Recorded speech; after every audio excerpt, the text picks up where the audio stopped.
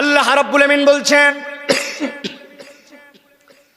সূরা বনী ইসরাইলের মধ্যে কিয়ামত পর্যন্ত আগত সন্তানদের জন্য আল্লাহ পিতা মাতার জন্য দায়িত্ব নির্ধারণ করে দিচ্ছেন। অদ্ভুত কতগুলা কথা আল্লাহ রাব্বুল আমিন এই আয়াতে কারিমার মধ্যে বলেছেন। আল্লাহ রাব্বুল আমিন বলছেন ওয়া ক্বাদা রাব্বুকা আল্লা তা'বুদু ইল্লা ইয়া। দুনিয়ার মানুষ, আমি আল্লাহ রাব্বুল আমিন এক নম্বর তোমাদের জন্য দায়িত্ব দিলাম, তোমরা আল্লাহ ছাড়া কারো ইবাদত করবে না। ইবাদত পাওয়ার হকদার, ইবাদত পাওয়ার মালিক একমাত্র আল্লাহ। এই জন্য বান্দা যখন সালাতে দাঁড়ায় সূরা ফাতিহাতে প্রত্যেকবার তাকে বলতে হয় ইয়্যাকা না'বুদু ওয়া ইয়্যাকা নাস্তাঈন। ও আমার মাবুদ, আপনার ইবাদত করি আর আপনার কাছে একমাত্র আমি সাহায্য চাই। আল্লাহ বলছেন এই হুকুমের মধ্যে তুমি যদি থাকতে পারো তাহলে তোমার মধ্যে ঈমান ইসলাম, তোমার মধ্যে আল্লাহর সাথে যে দায়িত্ব সেটার মধ্যে তুমি আসো। আর এই হুকুমের থেকে তুমি যদি বের হয়ে যাও তাহলে তোমার সাথে তোমার রবের আর কোনো কথা নাই। তোমার সাথে তোমার রবের কথা নাই মানে কি? আল্লাহ ছাড়া অন্য কারো যদি ইবাদত করি আমরা তাহলে সেইটা হবে শিরিক। আর কোনো বান্দা যদি শিরিক করে, ওই শিরিক ভুলে করুক ঠিক করে করুক যেমনে করুক, ওই বান্দার জন্য এই শিরিকের ফলাফল ভয়াবহ। আল্লাহ এই জন্য বলছেন দুনিয়ার মানুষ বুঝো কত গুরুত্বপূর্ণ, কত গুরুত্বপূর্ণ তোমার সাথে তোমার রবের যে সম্পর্ক, এই নিসবত যদি ঠিক রাখতে চাও, আল্লাহ বললেন, আল্লাহ নির্দেশ দিলেন আল্লাহ ছাড়া কারো ইবাদত করা যাবে না। ভালো করে বোঝেন, দুনিয়াতে আল্লাহ রাব্বুল আমিনের যাবতীয় সৃষ্টি যেইগুলো আছে ওই সৃষ্টির মধ্যে সবচেয়ে সম্মানিত মানুষ বানাইছেন হযরত আম্বিয়া আলাইহিস সালামগণকে। আর দুনিয়াতে যত পয়গম্বর আছেন, যত আল্লাহর সৃষ্টি আছে, সবচেয়ে দামি সৃষ্টি হচ্ছেন মুহাম্মাদুর রাসূলুল্লাহ সাল্লাল্লাহু আলাইহি সাল্লাম। ওই মুহাম্মদ সাল্লাল্লাহু আলাইহি সাল্লামের প্রতি আল্লাহ যে শরীয়ত দিচ্ছেন একটু বোঝার চেষ্টা করেন। ওই শরীয়তের মধ্যে আল্লাহ বলছেন আমার নবী সবচেয়ে শ্রেষ্ঠ। আল্লাহ রাব্বুল আমিন তার চরিত্র বলেছেন, তার চরিত্র মহান চরিত্র, নিজেও আজিম, তার চরিত্রকেও আজিম বলেছেন। ওই আল্লাহ বলছেন, আল্লাহ নির্দেশ দিলেন আল্লাহ ছাড়া কারো ইবাদত করবে না। কিন্তু আল্লাহর পরেই আমি মুহাম্মদ সাল্লাল্লাহু আলাইহি সাল্লামের নাম এই জায়গায় আনি নাই, তিনি তার স্থানে সম্মানিত। কিন্তু আল্লাহ বলছেন প্রত্যেক সন্তানের জন্য দায়িত্ব দেওয়া হলো ওয়া বিল ওয়ালিদাইনি ইহসানা। অবশ্যই প্রতিটা সন্তান যেন তার পিতা মাতার সাথে দয়াদ্র আচরণ করে, সম্মানজনক আচরণ করে, পিতা মাতার সাথে যেন তারা সদ্ব্যবহার করে। বুঝে থাকলে বলেন তো এই নির্দেশনা কার? এবার জিজ্ঞাসা করব আল্লাহর প্রথম নির্দেশ কি? আল্লাহর ইবাদত করা, বলেন কি? আর আল্লাহ রাব্বুল আমিনের ইবাদতের পরে সবচেয়ে বড় নির্দেশের নাম কি? পিতা মাতার সাথে সদ্ব্যবহার করা। সুবহানাল্লাহ। বারবার শুনি জানলাম, এই কথার ওয়েট আমরা বুঝি না, এই কথা আমাদের হৃদয়ের মধ্যে আমরা ধারণ করতে পারি না। আল্লাহ রাব্বুল আমিন বলছেন ইম্মা ইয়াবলুগান্না ইনদাকাল কিবারা আহাদুহুমা আও কিলাহুমা ফালা তাকুল লাহুমা উফফিন ওয়া লা তানহারহুমা ওয়া কুল লাহুমা কওলান কারীমা। আমার রব্বুল আমিন বলছেন আর দুনিয়ার মানুষ, আমি আল্লাহ জেনারেল ভাবে তোমাদের জন্য বললাম তোমার বাপ মার সাথে তোমাকে সৎ আচরণ করতে হবে। তবে স্পেশাল করে দিলাম বান্দা তাদেরকেও একজন অথবা উভয়জন যদি কখনো বার্ধক্যে পৌঁছায় যান, ওই বার্ধক্যে পৌঁছানোর পরে তো তাদের অবস্থাও হবে সুম্মা রাদাদনাহু আসফালা সাফিলিন। অনেক হ্যান্ডসাম ছিল, অনেক শক্তিময় ছিল, তুমি যখন ক্লাস 5-এ পড়তে 6-এ পড়তে বাচ্চাটা অনেক স্বাস্থ্যকর, কিন্তু কাঁধের মধ্যে বাপ আনন্দের জন্য মাঠের মধ্যে আল দিয়ে নিয়ে চলে গেছে। নিজের যে কাঁধের মধ্যে ব্যাঙ্গের মধ্যে সুন্দর করে তার 2টা ডালি ডোয়াইছিল, এক পাশে একটা সন্তান আর এক পাশে আরেকটা সন্তানকে অনেক সময় ভারের মধ্যে করে নিয়ে চলে গিয়েছিল। কিন্তু আজকে তোমার ওই বৃদ্ধ পিতামাতা বয়স হওয়ার কারণে তারা আজকে বার্ধক্যে পৌঁছাইছেন। আল্লাহ বলছেন সারা জীবন সদ্ব্যবহার করবি। তবে আমি রব্বুল আমিন বললাম যখন তাদের কেউ অথবা উভয়জন যখন বার্ধক্যে পৌঁছাবে, 1 নম্বর তোমার জন্য নির্দেশনা ফালা তাকুল লাহুমা উফিন, তাদের সাথে উফ এই শব্দটাও ব্যবহার করতে পারবে না। মুফাসসিরিনে কেরাম বলেছেন আল্লাহ উফ শব্দ যেটা ব্যবহার করেছেন এটা সর্বভাষার সর্ব মানুষের জন্য এটা জেনারেল নলেজ, জেনারেল ল্যাঙ্গুয়েজ। যেই মানুষটা ইংরেজি বলুক, বাংলা বলুক, হিন্দি বলুক, যেই মানুষটা ঠোঁট দিয়ে উচ্চারণ করতে পারে তার জন্য আল্লাহ এই উফ শব্দটা ব্যবহার করেছেন। আর উফ শব্দ ব্যবহার করার জন্য মানুষকে দাঁতের ব্যবহার লাগে না, জিহ্বার ব্যবহার লাগে না, মানুষের জন্য কোনো অঙ্গ প্রত্যঙ্গ নড়ানো লাগে না, শুধুমাত্র ঠোঁটের ভেজা দুইটা দিক, এই দুইটা দিক দিয়ে সবচেয়ে নরম শব্দ হিসেবে উফটা ব্যবহার করা যায়। আল্লাহ বলছেন আমি আল্লাহ বললাম যেই শব্দটার ব্যবহার করার জন্য তোমার দাঁত লাগে না, তোমার জিহ্বা লাগে না, তোমার পরিশ্রম লাগে না, কোনো ভাষাবিদ হওয়া লাগে না। আল্লাহ বলছেন ওরকম নরম শব্দ যেটা উফ, এই উফ শব্দটুকু ব্যবহার করা আমি আল্লাহ পিতা মাতার উপরে তোমার জন্য হারাম করে দিলাম। এক সন্তান বলছে বাপ মায়ের সাথে কথা বললে আমার রাগারাগি হয়, কথা বললেই বিরক্ত হয়ে যায়। আল্লাহ রাব্বুল আমিন বলছেন ফালা তাকুল্লাহুমা উফিন, তার সাথে উফ শব্দটাও ব্যবহার করো না। ওই জন্য বলছে আমি বাপ মায়ের সাথে কথাই বলি না হুজুর। কি বলে না? আল্লাহ রাব্বুল আমিন মারে দিছেন আপনারা হাসাতে আমি খুশি হয়েছি, তার মানে আলোচনাটা আপনার হৃদয় পর্যন্ত পৌঁছাইছে না, আমি কথা বলি না। আল্লাহ বলছেন এরকম ঘাড় তারা কিছু সন্তান তো থাকতেই পারে, আমি আল্লাহ তাদের জন্য বললাম উফ বলবি না, মানে যেখানে আমার উফই বলার নাই সেখানে আবার বাপ মায়ের সাথে রাগারাগি কেমনে করব, চড়া গলায় কথা বলবো কেমন করে, এই জন্য আমি কথাবার্তায় বলি না বাবা, কখন কোন কথা বের হয়ে যায়। আল্লাহ বলছেন বান্দা চালাকি করো না, ওয়াকুল্লাহুমা কওলান কারীমা, কথা তো উফ বলা যাবে না, তবে মুখ বন্ধ করেও থাকতে পারবে না। আমি আল্লাহ তোমার জন্য দায়িত্ব দিলাম, বলতে হবে তোমাকে সম্মানজনক কথা, পছন্দ হোক বা না হোক। তোমার বাপ মায়ের সাথে তোমার এই কথা বলাটাও আল্লাহর পক্ষ থেকে একটা ইবাদত। বুঝেন নাই আপনি? বুঝলে আপনার সুবহানাল্লাহর ফিলিংস অন্যরকম হবে। একটা সন্তান বাপের সামনে বসে আছে, বাপ খালি উল্টাপাল্টা কথা বলে, কি যে বলতেছে এটা সন্তানের পছন্দ হয় না, কিন্তু বাপের সামনে যে বিনয়ের সাথে বসে বলছে আব্বা আপনার জন্য আমি একটা লুঙ্গি কিনতে চাই। বাবা বলছে লাগবে না লুঙ্গি আমার অনেকগুলো আছে, কিন্তু না আব্বা আপনাকে আমি একটা লুঙ্গি কিনতে চাই আপনার জন্য। তবে আব্বা লুঙ্গি তো কিনতেই চাই, এনে তো আপনাকে দিয়েও দিতে পারি, এরকম করে হবে না। আমি একটা রিক্সা নিয়ে আসছি, কষ্ট করে হলে আপনাকে রিক্সায় উঠতে হবে, বাব্বাটা কিন্তু দুইজন যাব, যাই দোকানের মধ্যে বসবো, বসে আপনার যে লুঙ্গি পছন্দ হয়, বলতেছে দোকানে গেলে আমার একটা না অনেকগুলাই মাঝে মাঝে পছন্দ হয়, বলতে যে কয়টাই পছন্দ আব্বা আপনার সাথে যাবেন, যাওয়ার পরে আপনি একটুখানি ওইখান থেকে একটা লুঙ্গি পছন্দ করে কিনে নিয়ে আসবেন। বাব্বাটা এখনো লুঙ্গি কিনতে যায় নাই, বাপ এখনো রাজি হয় নাই, বাপের লুঙ্গি লাগবে কি লাগবে না প্রসঙ্গ ভিন্ন, কিন্তু কোনো সন্তান যদি বাপের কাছে এসে বিনয়ের সাথে এরকম করে কথাটুকু বলে, গল্পটুকু বলে, আব্বা সকালবেলা কি আপনি পেপার পড়ছেন, আজকে পেপারের সবচেয়ে গুরুত্বপূর্ণ নিউজ কি আব্বা খেয়াল করছেন আপনি? কোনো দরকার নাই কিন্তু এই প্রসঙ্গ বলছে, এইটুকু যে তার সাথে বলল, তার বাপের সাথে এই যে সদাচরণমূলক যে কথা বলল, ওই বান্দা 2 রাকাত নামাজ পড়ে জীবনে বুকে হাত দিয়ে বলতে পারবে না আমি এমন ভাবে 2 রাকাত নামাজ পড়েছি, আমার নামাজ কবুল আল্লাহ করেছেনি, এমন ভাবে একটা রোজা রাখছিলাম, রোজার সব হুকুমাকাম ঠিক মতো পালন করছি জন্য আমার আল্লাহ আমার রোজা কবুল করছেনি, বলতে হয়তো পারবে না, কিন্তু ওই বান্দা হাসরের দিনে আল্লাহর কাছে বুকে হাত দিয়ে বলতে পারবে আল্লাহ আপনি যে বলেছিলেন ওয়াকুল্লাহুমা কওলান কারীমা, আয় রব পিতামাতার সাথে সম্মানজনক কথা বলো।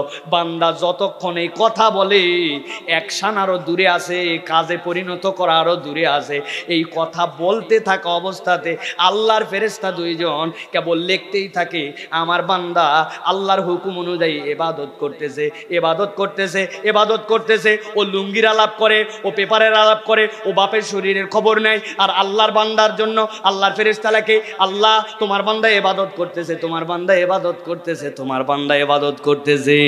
নবী বলতেছেন একটা কবুল ইবাদত পাইলে তোমার জান্নাতে যাওয়ার এটা ওসিলা হতে পারে, অতএব বাপ মায়ের সাথে সুন্দর করে কথা বলা স্বয়ং একটা ইবাদত। আল্লাহ এই জন্য বলছেন ওয়াকুল্লাহুমা কওলান কারীমা। আল্লাহু আকবার। যেমন তেমন বিষয় এটা নয়, এবার আপনি বোঝেন যে আল্লাহর কাছে আপনি এই রকম করে কথা বললে এটা ইবাদত হয়, তাহলে ওই বান্দাকে আল্লাহ রাব্বুল আমিন বললেন তোমার জন্য দায়িত্ব দিলাম আমি, আল্লাহ তা'বুদু ইল্লা ইয়া ওয়া বিল ওয়ালিদাইনি ইহসানা, তোমার বাপ মার সাথে তোমার সদাচরণ করা লাগবে।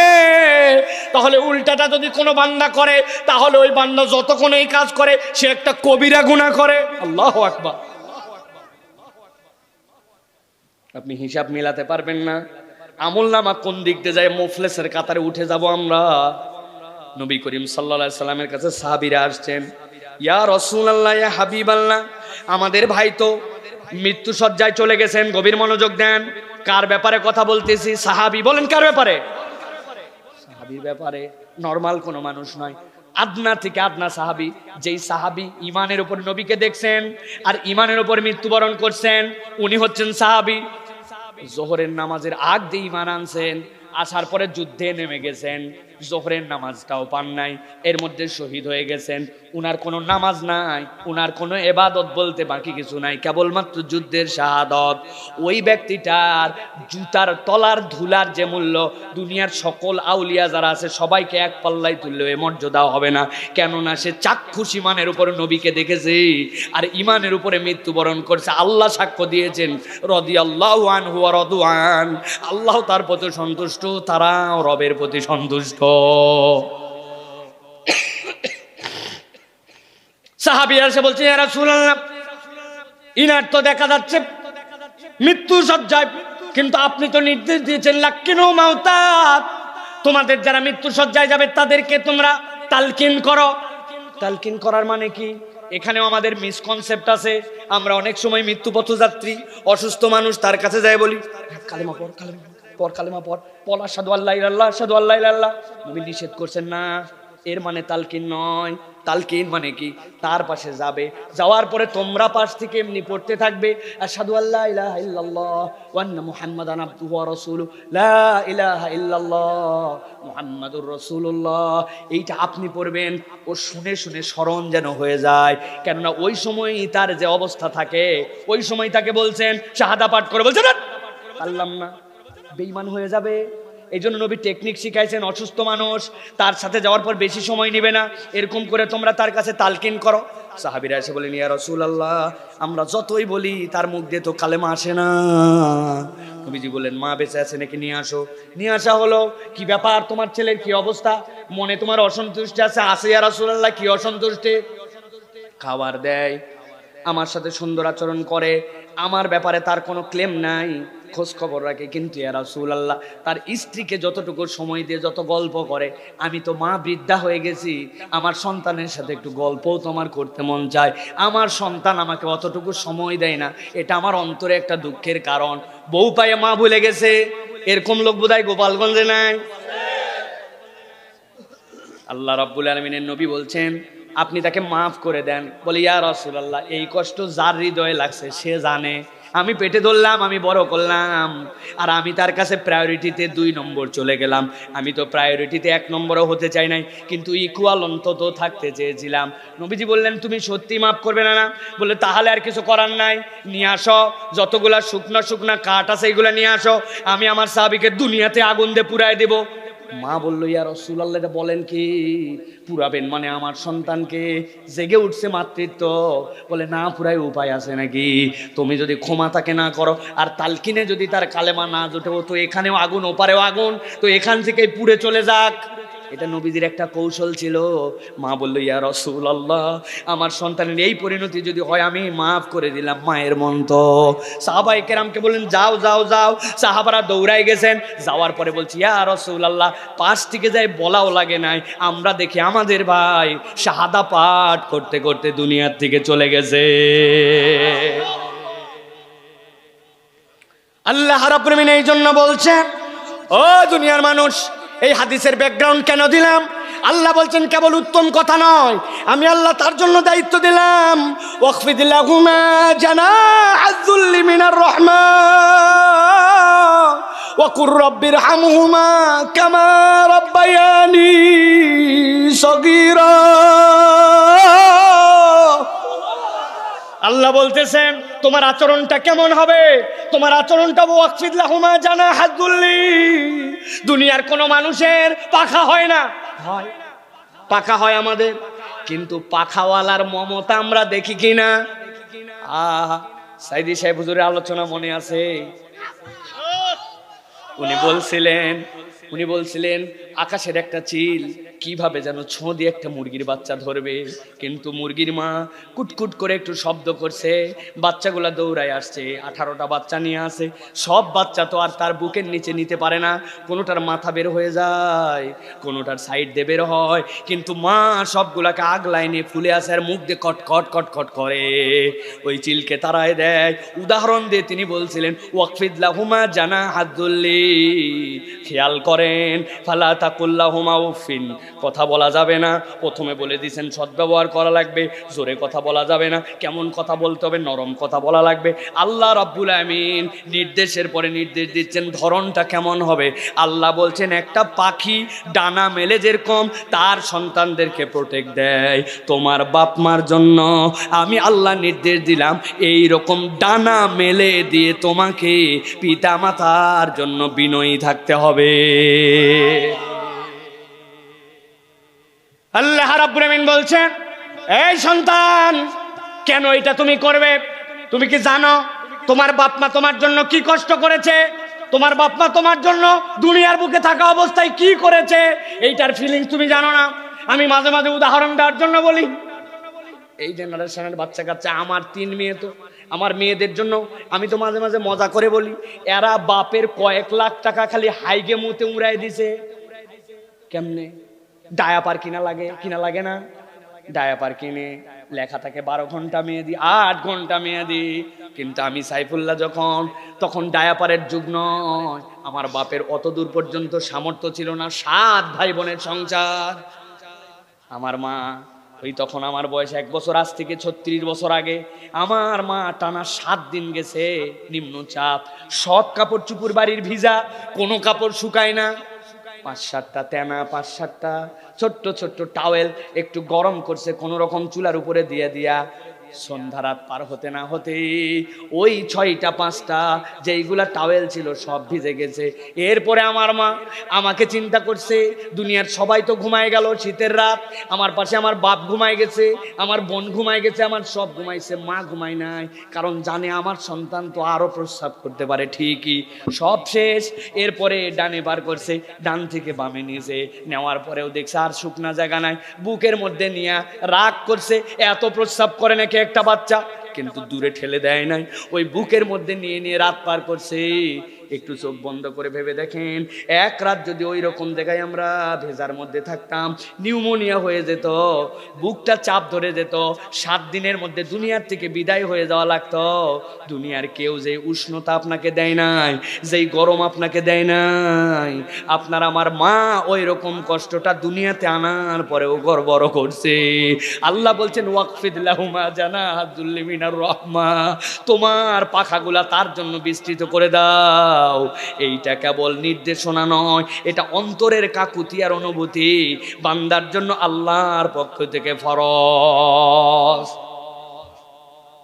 আবার এই আয়াতে কারিমার মধ্যে যাব বুঝানোর জন্য, এই পর্যন্ত বুঝালাম, এবার খেয়াল করেন, আবার প্রথম থেকে আসেন। আবার আল্লাহ রাব্বুল আলামিন বলছেন ওয়াকাদা রাব্বুকা আল্লা তা'বুদু ইল্লা ইয়্যা, নির্দেশ নম্বর 1 মনে আছে তো? কি করা লাগবে? আল্লাহর ইবাদত করা লাগবে বলে আল্লাহর কথা শেষ। কিভাবে করবি, কখন করবি, কার দ্বারা করবি, কতবার করবি, কিভাবে করবি না, কোনটা শুনবি না, আল্লাহ এই জায়গায় আর রাখেন নাই। কিন্তু আল্লাহ যে বললেন ওয়াবিল ওয়ালিদাইনি ইহসানা, পিতা মাতার জন্য তোমার সদাচরণ, খেয়াল করে দেখেন, এইটুকু বললে তো সমান সমান, কিন্তু আল্লাহ বলছেন আমি রব্বুল আমিন তোমার জন্য নির্দেশ দিলাম এইটুকু নয়। আল্লাহর জন্য ইবাদত এইটুকু বলে থামছেন, কিন্তু বাপ মার সদ্ব্যবহার বলে আল্লাহ থামেন নাই। আল্লাহ বলছেন এরপরে বলতে পারবি না, সুন্দর করে কথা বলতে হবে, পিতা মাতার জন্য তোর হাতগুলাকে বিছাই দিতে হবে, ডানার মতো করে তোকে আগলায় রাখতে হবে। আর আল্লাহ বললেন সর্বশেষ ওয়াকুল্লাহুমা কওলান কারীমার পরে আমি আল্লাহ তোর জন্য নির্দেশ দিলাম ওয়াকুর রব্বির হামহুমা কামা রব্বায়ানি সগীরা। যতই করিস বান্দা তুই করে পারবি না।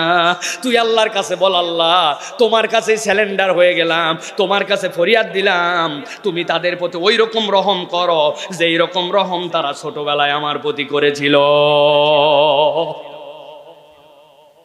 আল্লাহ রাব্বুল আমিনের এই আয়াতে কারিমা ওজিফা বানাবেন, অনুবাদ পড়বেন, তাফসীর পড়বেন, মাঝে মাঝে পড়বেন, আবার বোঝার চেষ্টা করবেন। আয়াতের মধ্যে কিন্তু একটা বরকত আছে, আয়াতের মধ্যে কিন্তু আলাদা পাওয়ার আছে, কোরআনের নূর আছে। এটা বারবার পড়লেও আপনার অন্তরের মধ্যে আল্লাহ রাব্বুল আমিন এই বোধ জাগ্রত করবেন।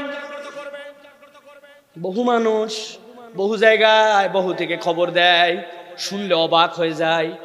কয়দিন আগে একটা ভিডিও দেখছি, লাইভ করছে তারা, এক বৃদ্ধাশ্রম থেকে ফোন দিয়েছে, আপনার আব্বা এখন লাইফ সাপোর্টের মতো অক্সিজেনে আছেন, আমরা আমাদের সাধ্যের মধ্যে চেষ্টা করতেছি, আছে বৃদ্ধাশ্রমে, তবে সাধ্যের মধ্যে চেষ্টা করতেছি ভাইজান, যে কোনো সময় দুনিয়ার থেকে চলে যেতে পারে, আপনারা কিন্তু তার লাশ রিসিভ করার জন্য রেডি হয়ে যান। ওই সন্তান বলতেছে, মাথায় টুপি দেওয়া, মুখে একটু দাড়িও আছে, সরকারি কর্মকর্তা, বলতেছে আমি আর ঢাকায় পোস্টিং নেই, অনেক দূর পোস্টিং ভাইজান, এই মুহূর্তে আমি তো লাশ রিসিভ করতে পারবো না, আর যা খরচ লাগে ইনশাল্লাহ দিব, আপনারা অনেক উপকার করছেন, মার্কাজুল ইসলাম দিয়ে আপনারা একটু তার দাফন কাফনটা করাই দিয়েন। আমার আর ওয়াজ করার কোন রকম আর এনার্জি নাই। এইটা দেখার পরের থেকে যে বাপ মার খেদমতের জন্য কি ওয়াজ করবো আমরা। যে আব্বা আম্মার লাশ রিসিভ করার জন্য সন্তানের হাতে সময় নাই, ওই সন্তানের বোঝা উচিত তার মৃত্যু আর জাহান্নাম গ্রহণ করার মধ্যে বেশি সময় আর বাকি নাই।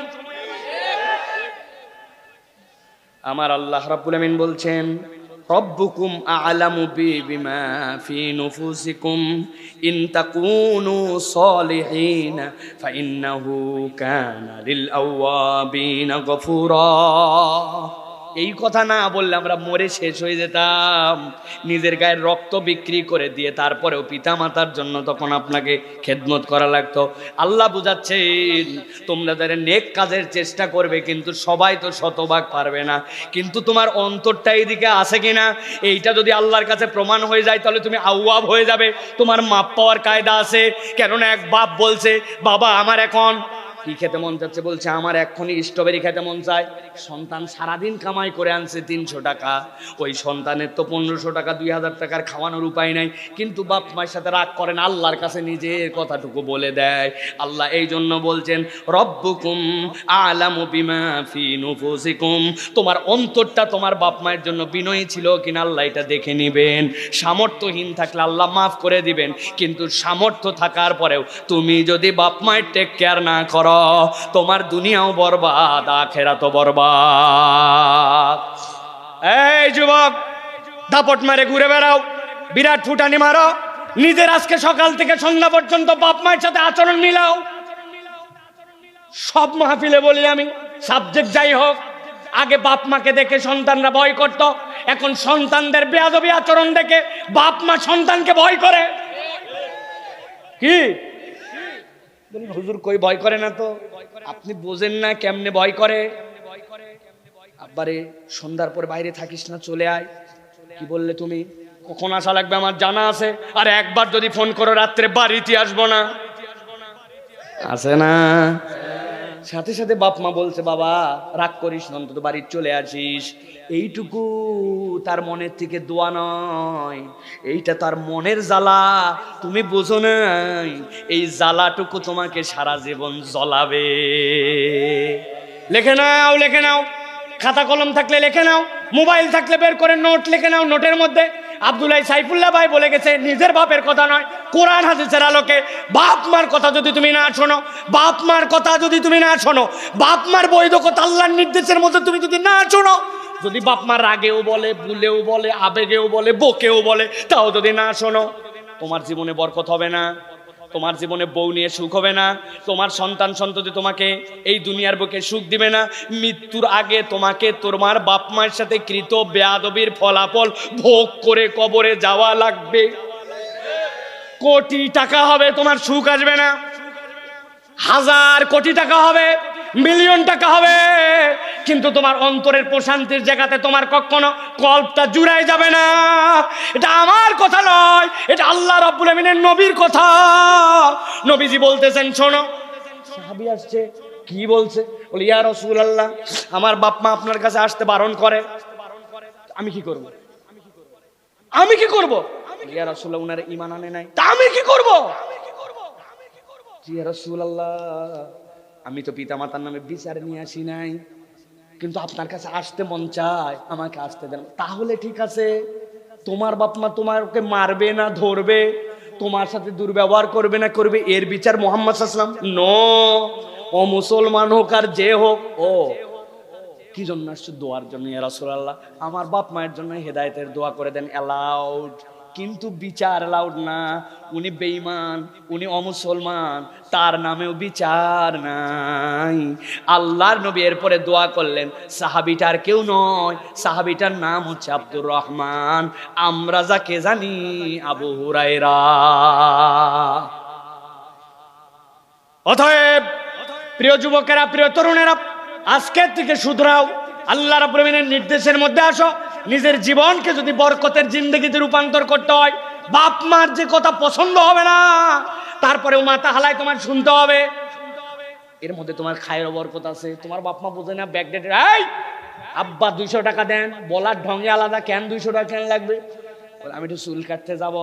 বলে, এই ব্যাক কল, চুল কাটতে 200 টাকা লাগে নাকি? 40 টাকা হলে চুল কাটা হয়। বলে, ওইগুলো মান্দার তামলের চুল, আমি কাটবো না। আমি যেই কাট দেবো, এই কাটের নাম হচ্ছে কুত্তার ডায়রিয়া কাট। কি কাট? বলুন হুজুর, আজগবি কথাবার্তা বলেন। আমি আজগবি কথা বলি নাই ভাই। কুকুরের যে লেজ থাকে, লেজের চারিদিকে লোম থাকে, চারিদিকে পাছার কাছে লোম থাকে না মিয়া? আন্দাজি খালি হ বলেন না, ওই জায়গায় লোম থাকে না, ওইটা যে জায়গায় লেগে থাকে একবারে, কিন্তু ওর পাশ দিয়ে বড় বড় যেগুলা লোম আছে। কুত্তার হঠাৎ করে একবার ডায়রিয়া হয়েছে, কুত্তার ডায়রিয়া হলে দেখবেন খোকসার পাতা কুচে কুচে খায়। কি খায় না? কুচে কুচে ঘাস খায়, খোকসার পাতা। কিন্তু ডায়রিয়া হয়ে যাওয়ার কারণে আশপাশের বড় বড় যেগুলা লোম, ওই লোমগুলার মধ্যে গু লেগে গেছে। এখন ডায়রিয়া ভালো হয়েছে, ও তার মানুষের মতো সুঁচতে পারে না, ওইগুলা কড়কড়া হয়ে শক্ত হয়ে গেছে লোম। এখন উনি যাই দোকানে বলছে, আমার এদিক ওদিক বাদ দিয়ে দিবে, এদিক দিয়ে করকরা তুলবা। আমি নাম দিছি ওর কুত্তার ডায়রিয়া কাটিং, আছে না? ওইটা কেটে বাড়িতে আসছে। আসার পরে বাপমা বলছে, এটা চুল কাটা হলো নাকি? চুল কাটা হলো না মানে চুল কাটা তুমি কি জানো? যদি মন চাই বাড়িতে রাখো, না হয় গেলাম, আছে না? বাপ মাই চাপে পড়ে বলছে, বাবা যাস না বাবা, অন্তত বাড়ির থাক, যেমনে মন চাই এমনে কাট। কি ভাইরা, মিলতেছে? হ্যাঁ। এবার চলেন, আল্লাহ রাব্বুল আলামিন আমাদের জন্য কতগুলা দায়িত্ব দিচ্ছেন ধারাবাহিকভাবে। ওয়াজ করলে তো ব্যাপক ওয়াজ, বললাম না? এই যে দেখেন কতখানি ওয়াজ আনছি আপনাদের জন্য, বহুত ওয়াজ। কিন্তু আমি সংক্ষেপে পয়েন্ট আকারে বলি। 1 নম্বরটা হলে আমরা বুঝলাম যে আল্লাহ রাব্বুল আলামিনের নির্দেশ ফলো করার পরে মানব ইতিহাসের কিয়ামত পর্যন্ত সবচেয়ে বড় দায়িত্ব বাপ মার সাথে সদ্ব্যবহার করা। বলেন, উচ্চারণ করে বলতে হবে, বাপ মার সাথে, ইউটিউবাররা বলো, বাপ মার সাথে। মানব ইতিহাসের সবচেয়ে বড় দায়িত্ব। সুবহানাল্লাহ, এটা 1 নম্বর। এবার আল্লাহ বুঝাচ্ছেন একজন পয়গম্বরের উদাহরণ দিয়া, দুনিয়াতে বাপ মাকে কেমনে মানতে হয়। দেখেন তো আমরা হলে কি করতাম, আমরা হলে না, আমি হলে কি করতাম সেটা বলি। আল্লাহ রাব্বুল আমিন বলছেন সূরা সাফফাতের 102 নম্বর আয়াতের মধ্যে, ফালাম্মা বালাগা মাহুস সাইয়া قال يا بني إني أرى في المنام أني أذبحك فانظر ماذا ترى قال يا أبت افعل ما تؤمر ستجدني إن شاء الله من الصابرين। আল্লাহ রাব্বুল আলামিন একজন পয়গম্বরের কথা বলছেন। ওই পয়গম্বরের নাম ইব্রাহিম আলাইহিস সালাম। কি নাম? এবার জিজ্ঞাসা করব, ইব্রাহিম আলাইহিস সালামের যেই ছেলের কথা এখানে বলা হয়েছে উনার নাম কি? ইসমাঈল আলাইহিস সালাম। ইসমাঈল আলাইহিস সালামকে তার পিতা এসে বলতেছে, বাবা আল্লাহ তো আমাকে তোমাকে শেষ বয়সে দিল, দেওয়ার পরে তোমাদেরকে এখানে রেখে দিয়ে গেলাম, তোমাকে নিয়ে কাবা বানালাম, কিন্তু আল্লাহ তো যখন হাঁটা চলার বয়স হয়েছে তার, তখন আমাকে আল্লাহ নির্দেশ দিয়েছে আমার সবচেয়ে প্রিয় জিনিসটা আমাকে স্বপ্নের মধ্যে দেখাইছেন, আমি যেন তোমাকে জবেহ করি, আন্নি আজবাহুকা, তোমাকে যেন আল্লাহর জন্য কুরবানি করে দে। অনেক প্রিয় প্রিয় উট টুট কুরবানি দিছে, এইগুলা না, আল্লাহ বলছেন আপনার সবচেয়ে প্রিয় যে আমার সবচেয়ে প্রিয় ইসমাইলকে যেন আমি আল্লাহর জন্য জবেহ করি। এইটা যদি আমার বাপ আমাকে বলতো, সাইফুল্লাহকে, আমার বাপের নাম মাওলানা আকরাম হুসাইন, উনি এসে বলছে আব্বা আমি তোমাকে দেখছি স্বপ্নে আল্লাহ জবাই করতে বলছে, আমি কি বলতাম? মানুষের রাত্রেবেলা গরুর গোশত টোস্ত খেলে অনেক সময় পেট গরম হয়, আপনার পেট গরম হয়ে কি স্বপ্ন দেখছেন? আমার আল্লাহ আপনাকে আমাকে জবাই করতে বলছে, পাগলামো করার সীমা আছে? হ্যাঁ, আল্লাহ কি মানুষকে জবাই করতে বলে নাকি? এটা আমরা বলতাম, কিন্তু উনি কেন বলেন নাই? কেননা পয়গম্বরের স্বপ্ন সত্য, উনি জানতেন ইব্রাহিম নবী যে স্বপ্ন দেখেছেন এইটা শয়তান দেখায় নাই, এটা আল্লাহ দেখাইছেন।